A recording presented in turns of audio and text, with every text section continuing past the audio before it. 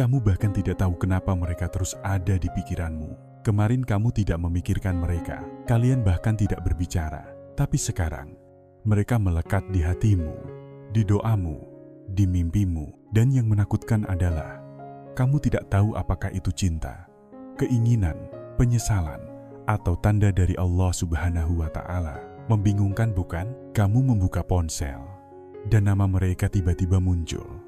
Entah di reel, kenangan, atau pesan dari 2 bulan lalu. Kamu menutupnya, tapi perasaan itu tetap tinggal. Lalu kamu mulai bertanya-tanya, apakah Allah menempatkan mereka kembali di pikiranku karena sebuah alasan? Apakah ini ujian atau petunjuk? Haruskah aku kembali? Atau justru melepaskan sepenuhnya? Tidak banyak orang yang membicarakan bagian ini. Saat seseorang terus muncul dalam hidupmu tanpa penjelasan, bukan secara fisik, tapi secara mental, spiritual, dan emosional. Kamu tidak bisa mengendalikannya, dan kamu pun sulit menjelaskannya. Rasanya seperti kehadiran mereka mengikutimu dalam diam, menunggu keputusanmu selanjutnya. Disinilah banyak orang keliru. Kita entah menjadi terobsesi, atau justru mengabaikan sepenuhnya. Kita bisa saja terjun membabi buta ke dalam emosi yang rapuh, atau malah membungkam sesuatu yang mungkin adalah jawaban dari doa yang pernah kita panjatkan, doa yang bahkan sudah kita lupakan. Tapi inilah kebenaran yang jarang diungkap. Hanya karena kamu tak bisa berhenti memikirkan mereka, bukan berarti itu cinta. Dan hanya karena memikirkan mereka terasa menyakitkan, bukan berarti itu salah. Kadang itu sesuatu yang lebih dalam. Kadang itu adalah Allah Subhanahu wa Ta'ala yang mencoba menarik perhatianmu, bukan untuk mereka, tapi untuk dirimu sendiri. Video ini bukan tentang romansa, ini tentang kejernihan. Karena hati bisa menipu, tapi Allah Subhanahu wa Ta'ala tidak pernah. Jadi, jika kamu terus-menerus memikirkan seseorang dan lelah karena tidak tahu apa artinya, tetaplah di sini. Karena apa yang akan kita ungkap mungkin bukan yang kamu harapkan, tapi justru yang hati kamu butuhkan. Ketika kamu tak bisa berhenti memikirkan mereka, padahal mereka bahkan tak ada di hidupmu. Kalian tidak berbicara, tidak berkirim pesan, nyaris tidak berinteraksi. Tapi entah bagaimana, mereka muncul di mana-mana. Mereka ada di reaksi hatimu. Ketika mendengar nama mereka disebut di percakapan acak, mereka hadir di mimpimu, bukan secara romantis berlebihan, tapi dalam sunyi yang menghantui, membuatmu terbangun dengan perasaan ada yang hilang. Mereka masuk dalam doa-doamu, bahkan saat kamu berusaha tidak menjadikannya tentang mereka. Dan yang paling menyulitkan, kamu bahkan tidak tahu kenapa. Lalu kamu mulai berpikir berlebihan. Apakah ini dari nafsuku? Dari setan? Atau ujian? Tanda? Hukuman? Pikiranmu memutar semua kemungkinan. Mungkin mereka adalah jodohmu. Mungkin ini cinta yang tak terbalas. Atau mungkin egomu yang mencoba mengubah perasaan singkat menjadi obsesi panjang. Hanya karena kamu tidak pernah mendapatkan penutup cerita. Closure. Jujurlah, setengah dari waktu ini bukan tentang mereka, tapi tentang perasaan yang mereka timbulkan. Diperhatikan, dihargai, diinginkan, atau mungkin tentang proyeksi yang kamu letakkan pada mereka. Gambaran siapa yang kamu kira mereka, bukan siapa mereka sebenarnya. Pertanyaannya sekarang, dan ini yang sulit, jika Allah Subhanahu wa Ta'ala memang menginginkan mereka ada di hidupmu, mengapa mereka selalu ada di pikiranmu, tapi tidak pernah di realitamu? Kadang, pikiran itu bukan dari Allah. Itu hanyalah kesepian yang menyamar sebagai harapan.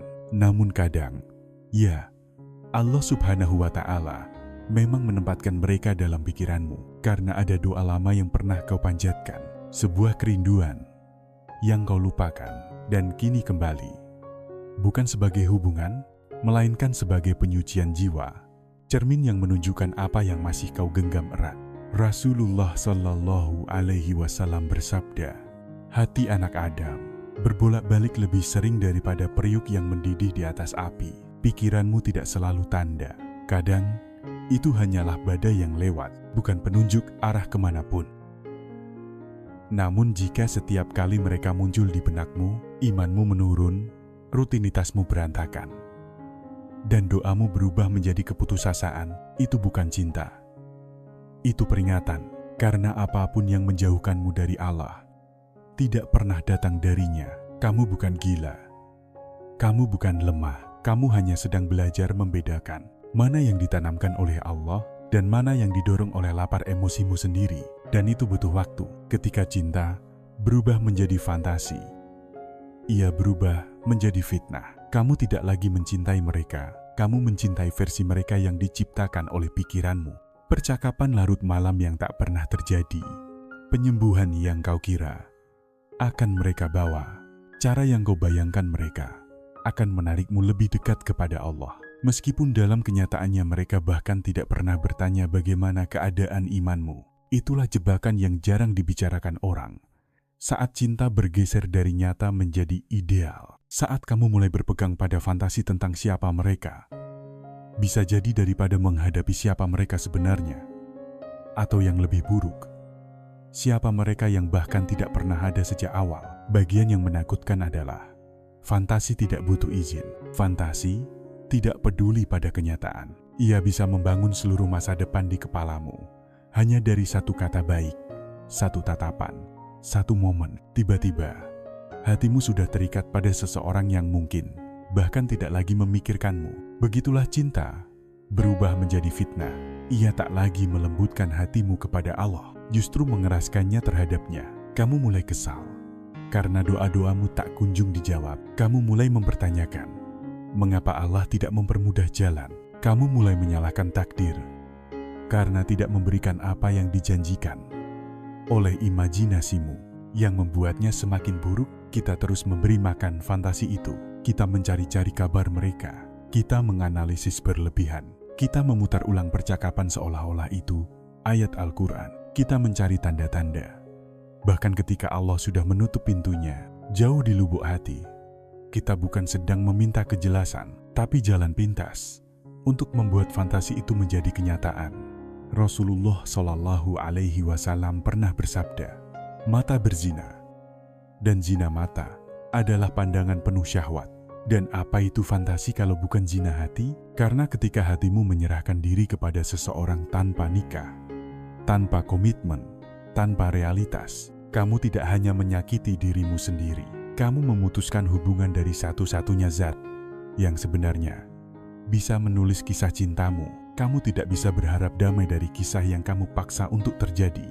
Mungkin itulah sebabnya kamu lelah. Bukan karena cinta itu haram, tapi karena versimu tentang cinta telah berubah menjadi gangguan dari Dia yang menciptakannya. Kini saatnya bertanya pada diri sendiri, dengan hati yang benar-benar jujur, jika orang ini tidak pernah menjadi milikmu, jika takdir memang tidak pernah menulis nama mereka di samping namamu, bisakah kamu tetap berdamai dengan penulis kisah hidupmu? Ini bukan pertanyaan yang ringan, sebab ada kebenaran yang lebih berat.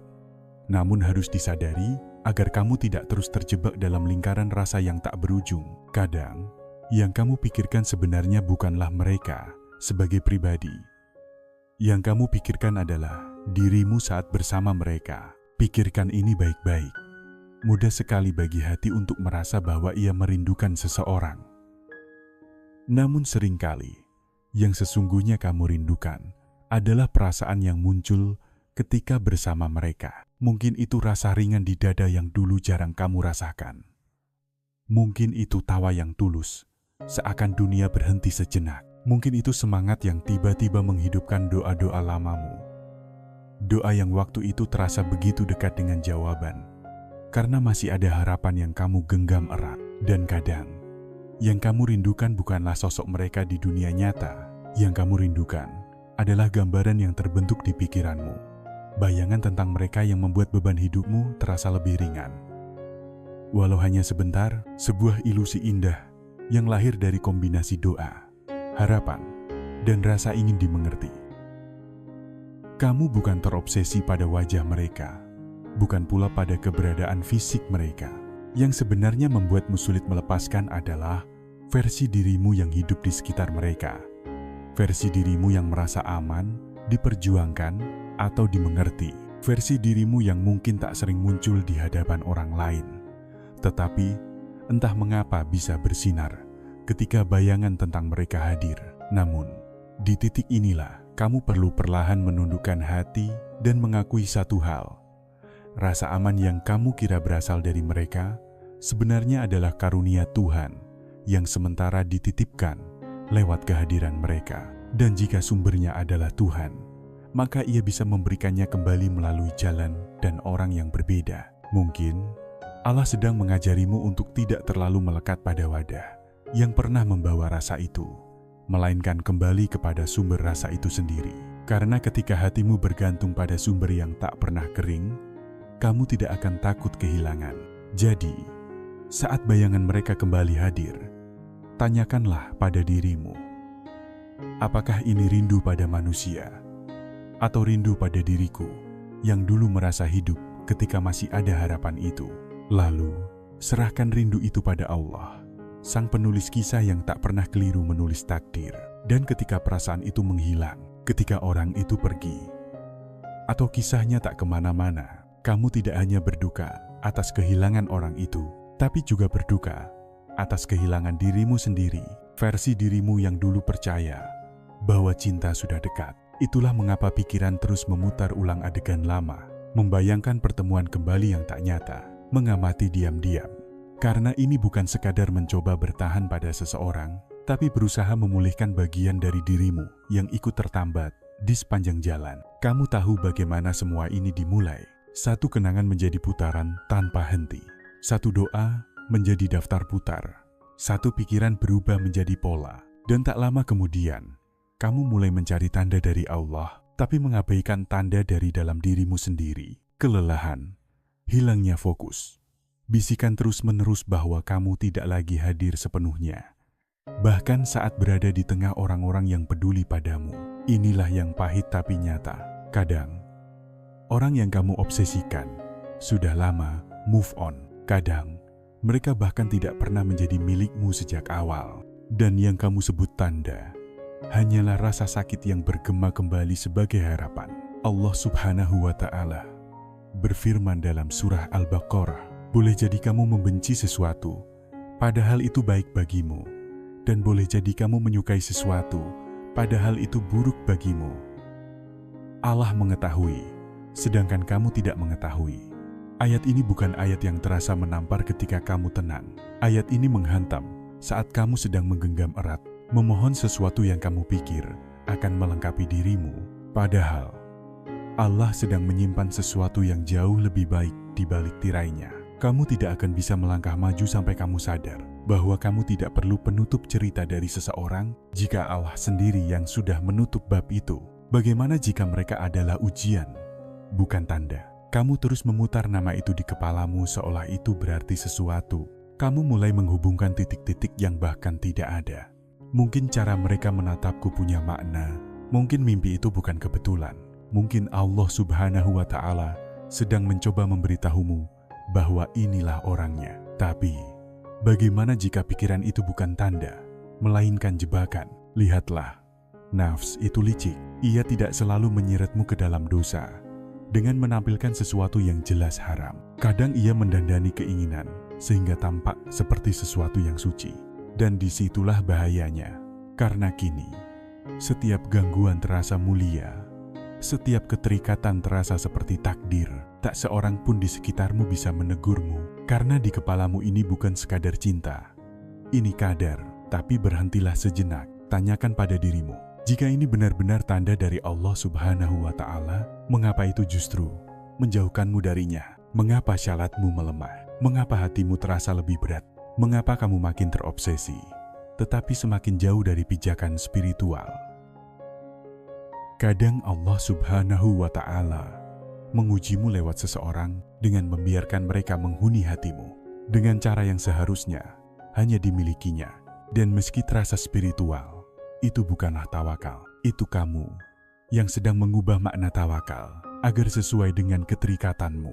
Dan inilah bagian tersulit untuk diterima. Tidak setiap perasaan indah itu datang dari Allah. Inilah yang enggan kita akui. Karena jika mengakuinya, berarti kita juga harus mengakui bahwa mungkin kita jatuh cinta pada ilusi, bukan pada orangnya. Maka tanyakan lagi pada dirimu. Mungkin ini bukan bimbingan, melainkan ujian untuk melihat apakah kamu akan mengikuti perasaanmu atau imanmu. Saat sebuah pikiran tak kunjung pergi, kadang itu adalah doa yang dijawab dengan cara yang berbeda. Ada malam yang mungkin sudah kamu lupakan, malam larut, ketika bantalmu basah oleh air mata dan suaramu hanya berbisik, "Ya Allah, jika dia memang untukku, dekatkanlah, dan jika tidak, maka hilangkanlah pikirannya dariku." Tapi pikiran itu tidak pernah hilang. Dan kini, berbulan-bulan kemudian, kamu bertanya-tanya, apakah ini obsesi atau doa yang menjadi kenyataan? Begini, yang sering orang tak sadari, tidak semua doa yang dijawab membawa ketenangan. Ada yang datang dengan rasa tidak nyaman terlebih dahulu. Ada yang disertai kebingungan, karena kamu tidak hanya meminta dia, kamu meminta kebenaran. Dan kebenaran tidak selalu datang dalam balutan yang lembut. Bagaimana jika pikiran yang terus muncul itu bukan untuk memastikan bahwa ini cinta, tapi untuk menghadapkanmu pada hal yang sebenarnya perlu kamu sembuhkan? Kadang Allah Subhanahu wa Ta'ala menjaga seseorang tetap ada di pikiranmu, bukan untuk memasukkannya ke dalam hidupmu, tapi untuk mengeluarkan sesuatu dari jiwamu, untuk menunjukkan di mana lukamu, untuk memperlihatkan pada apa kamu menggantungkan nilai dirimu, untuk mengingatkan apa yang kamu pikir tak bisa kamu lepaskan, padahal sebenarnya kamu bisa. Dan mungkin alasan mereka masih ada di hatimu adalah karena bagian dirimu yang dulu memanjatkan doa itu belum berdamai dengan versi dirimu yang memintanya. Jadi tidak setiap pikiran adalah tanda untuk mengejar mereka. Kadang itu adalah sinyal dari Allah Subhanahu wa Ta'ala untuk kembali pada dirimu sendiri. Kamu meminta Allah Subhanahu wa Ta'ala menunjukkan tanda, tapi mungkin Dia sudah menunjukkannya. Mungkin keheningan itu adalah tanda. Mungkin jarak itu adalah perlindungan. Mungkin kenyataan bahwa hatimu hanya merasa damai saat mengingat Allah, bukan saat membayangkan mereka. Itulah jawabannya. Tapi alih-alih melepaskan, kamu justru menggenggam lebih erat. Bukan pada mereka sebenarnya, tapi pada versi dirimu yang masih ingin ini berhasil. Dan inilah yang jarang kita ucapkan. Kadang kita bukan meminta Allah untuk membimbing kita, tapi untuk menyetujui cerita yang kita tulis sendiri. Kita tidak ingin kebenaran, kita ingin jawaban Dia. Namun Allah Subhanahu wa Ta'ala terlalu mencintaimu untuk berkata ya pada sesuatu yang kelak akan merenggut kedamaianmu. Orang yang tak bisa berhenti kamu pikirkan itu mungkin hanyalah ujian, cermin, atau pemicu untuk doa yang bahkan tidak sadar pernah kamu ucapkan. Dan jika mereka menarikmu menjauh dari Allah, meski perlahan, meski diam-diam, apa sebenarnya yang sedang kamu genggam? Karena tak seorang pun yang dikirim oleh Allah akan menuntutmu mengkhianati hubunganmu dengannya demi mempertahankan mereka. Maka jika hatimu sedang sakit sekarang, rasakanlah. Tapi jangan kembali, jangan terjebak dalam pola lama, lalu menyebutnya takdir. Biarkan ini menjadi titik balikmu, bukan jurangmu.